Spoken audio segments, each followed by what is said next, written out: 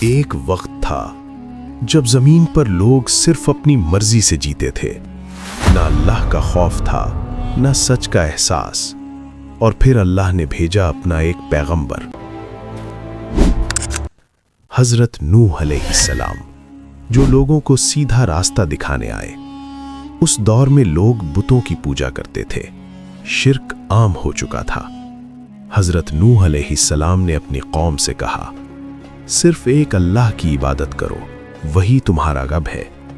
لیکن لوگ ہنسنے لگے، ان کا مذاق اڑانے لگے اور کہنے لگے یہ آدمی پاگل ہو گیا ہے۔ پھر بھی حضرت نوح علیہ السلام نے ہمت نہیں ہاری۔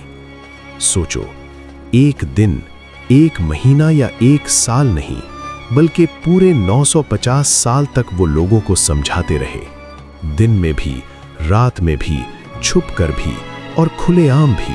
مگر افسوس، بہت کم لوگ ایمان لائے۔ سب سے زیادہ درد کی بات یہ تھی کہ ان کی اپنی بیوی اور ان کا بیٹا بھی ایمان نہیں لائے۔ آخرکار ایک دن اللہ کا حکم آیا، کشتی بناؤ۔ ریگستان کے بیچ کشتی بنانا، یہ بات لوگوں کو اور بھی عجیب لگی۔ وہ ہنسنے لگے اور مذاق اڑاتے ہوئے کہنے لگے، اب یہ پانی کہاں سے لائے گا؟ لیکن حضرت نوح کا یقین مضبوط تھا۔ انہوں نے بغیر کسی شک کے کشتی بنانا شروع کر دی۔ پھر ایک دن اچانک آسمان سے تیز بارش شروع ہو گئی اور زمین سے بھی پانی ابلنے لگا۔ آہستہ آہستہ ہر طرف پانی ہی پانی ہو گیا، ایک ایسا طوفان جو سب کچھ بہا لے جانے والا تھا۔ حضرت نوح نے مومنوں کو کشتی میں بٹھایا، جانوروں کے جوڑے بھی ساتھ لیے۔ اسی دوران ان کا بیٹا دور نظر آیا۔ باپ کا دل پگھل گیا۔ انہوں نے پکارا، بیٹا ہمارے ساتھ کشتی میں آ جاؤ۔ لیکن اس نے جواب دیا، میں پہاڑ پر چڑھ جاؤں گا، مجھے کچھ نہیں ہوگا۔ اور پھر ایک بہت بڑی لہر آئی، اتنی بڑی کہ اس نے سب کچھ اپنے اندر سمیٹ لیا، اور ان کا بیٹا بھی اسی پانی میں ڈوب گیا۔